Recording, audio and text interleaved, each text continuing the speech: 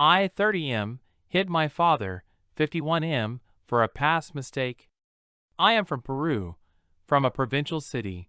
When I was 18 years old, my cousin, who is the same age as mine, accused me of having raped her.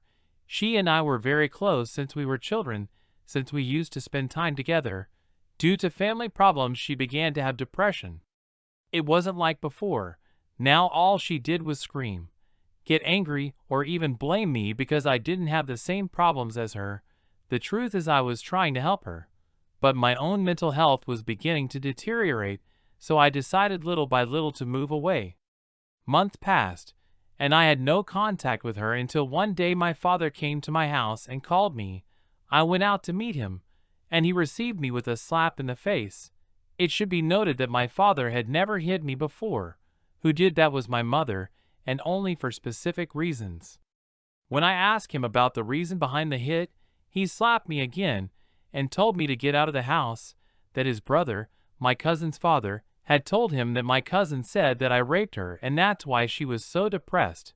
Apparently her dad realized that she was cutting herself, and to get out of it she just blamed me for everything. My cousin didn't press charges, obviously because there is no proof. But still my dad told me that my uncle wanted to beat me up. My dad was disappointed in me. He hit me again, called me an abuser, insulted me, and told me to get out of his house. My mom was always a submissive person with him, so she didn't say anything to him. I simply, with my lip bleeding, grabbed my most valuable things and left. Thank God I had my savings on my card from what I had worked for, and I was able to go to the capital by public transportation. Once in the capital, I managed to rent a small room. I had a bad time for the next few years. I had a couple or two for a few years and jumping from job to survive. When I was 20 years old, my partner at that time told me that I could work at the KFC where she worked as a delivery order receptionist. The part-time job paid well, and with the bonuses you could even earn double or triple my salary. So I worked there doing the best I could while studying a technical degree in administration. Years passed, and I ended up becoming a supervisor and then manager of that store thanks to my technical degree in business administration.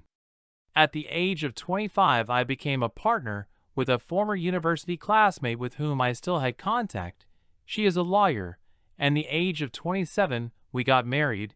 It was a small wedding because both she and I are modest with expenses, and because I had no family to invite. We currently have a 1-year-old son whom I love with all my soul. It was after this that everything went to hell. Today, in the middle of the afternoon, there was a knock at my door. It was my parents. It had been more than a decade since I had seen them. I was frozen, but not with fear, but with anger. My dad asked me if he could come in. I told him no. So we talked in a nearby park. In short, they told me that my cousin had committed suicide and that in her letter she confessed the whole truth. That the person who actually abused her was her mother's brother. And that everything was orchestrated by him to be able to cover up and other things. The truth is I was very indifferent. For me, whoever accuses of those crimes deserves to suffer them in flesh. So I didn't feel sorry for her. I told them kindly, and resisting my urge to yell at them, to go away and never contact me again, that they were dead to me. When I stood up from the bench to go home, my dad grabbed me by the shoulder. He told me that we have to keep talking. I told him no, he insisted. I told him no, he insisted again. So I turned around and instinctively gave him a hit. I don't know when my dad became so weak. Any Latino knows that country men are quite strong, but one hit was enough to break his nose. He stood stunned looking at me with his eyes open and his nose bleeding, and my mom was covering her mouth. For some reason that I don't explain, my next reaction was to throw myself at him.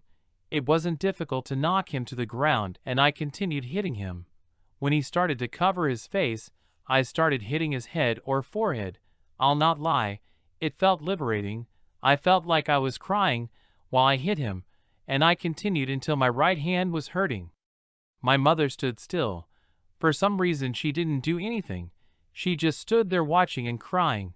By that time it was already night, and in our area it was difficult to find people on the street. Even less so considering that today there is a soccer game. My mom helped my dad and took a taxi. She didn't say anything to me. She didn't scream. She just cried, and as soon as she grabbed my dad, she ran away. I'm not lying. If she had tried to intervene, maybe she would have gotten the same treatment. A few hours later, my mother writes to me on my cell phone. Apparently, they contacted a friend from university.